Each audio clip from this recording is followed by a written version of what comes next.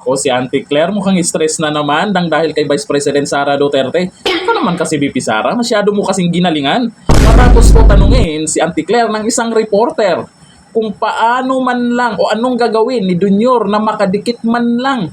Grabe yung tanong makadikit man lang sa trust rating ni Vice President Sara Duterte na umabot ng 61%. Napakataas po niyan. Eh sabihin natin umangat ng kaunti si Junior pero ang layo hindi man lang dumikit. Ito si Auntie Claire, tinanong lang galit-galitan. Ito, panoorin natin yung reaction niya. Nako, nakakatawa. Ito yung video. Si VP Sara po, 61% ang trust rating niya. Ano po kayang gagawin ng gobyerno para man lang makadikit doon sa trust rating niya? Wala po kaming gagawin kundi magtrabaho. Magtatrabaho po kami na magtatrabaho at hindi po kami magbabakasyon hanggat sa kakayanin. Galit. Trabaho Oo, naman trabaho. maayos naman yung tanong ng reporter. Mahinahon na tanong. Bakit ganyan yung boses mo? Magtrabaho, hindi magbakasyon. Tikon yarn. Sa boses mo pa lang. Ewan ko lang kung sa inyo kung ano yung reaction niya. Sinagot naman niya na tama naman yung sagot niya. Magtrabaho siya ng magtrabaho. Sasabihin na naman niya, bakasyon. Yan na naman tayo Auntie Claire Kahit anong gawin mo, isa ka rin na malaking tulong dyan sa trust rating ni Junior. Ano bang maitutulong mo sa trust rating ni Junior? Natutulungan mo ba siyang tumaas yung trust rating o bumaba? Nagtatanong lang Ano kaya sa tingin nyo? Ano ang maitulong ni Auntie Claire sa trust rating ni Junior?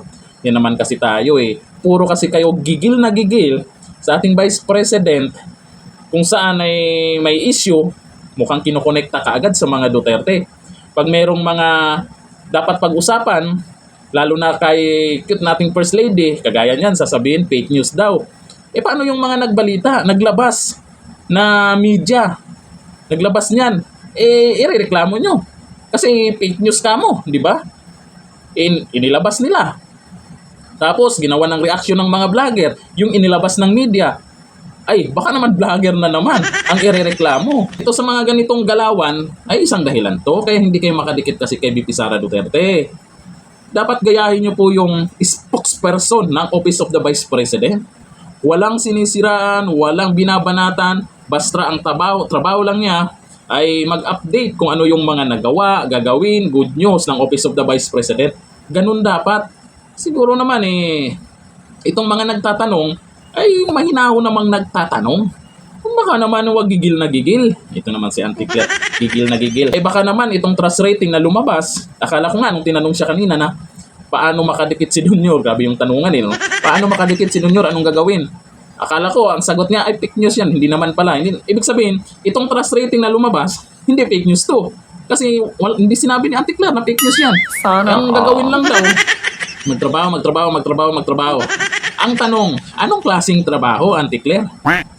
Tanong lang Baka naman, kaiba kasi yung maayos na trabaho, yung mga gustong makita ng mga tao na trabaho, yung mga ganun kasi magtrabaho ka, yung tinatrabaho mo, kung ayaw naman ng mga tao, hindi pa rin tataas yung trust rating talaga niyan.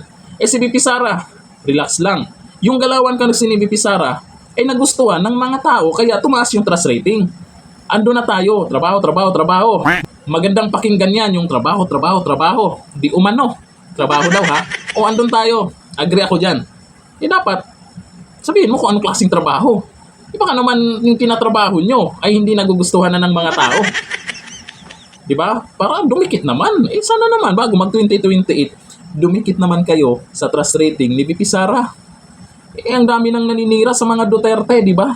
Pero, ang laki ng agwat ni VP Sara. Bakit kaya? Diba? Sabi ninyo, maraming mga taong nabiktima nung sa panahon ni dating Pangulong Duterte. Pero bakit? Duterte naman din si VP Sara. Isa lang ibig sabihin yan. Gusto ng karamihan, maibalik ang Duterte sa Malacanang. Para naman, meron na namang kakabahan. Yung mga nagaganyan, hanggang dito na lang. Thank you. Bye-bye.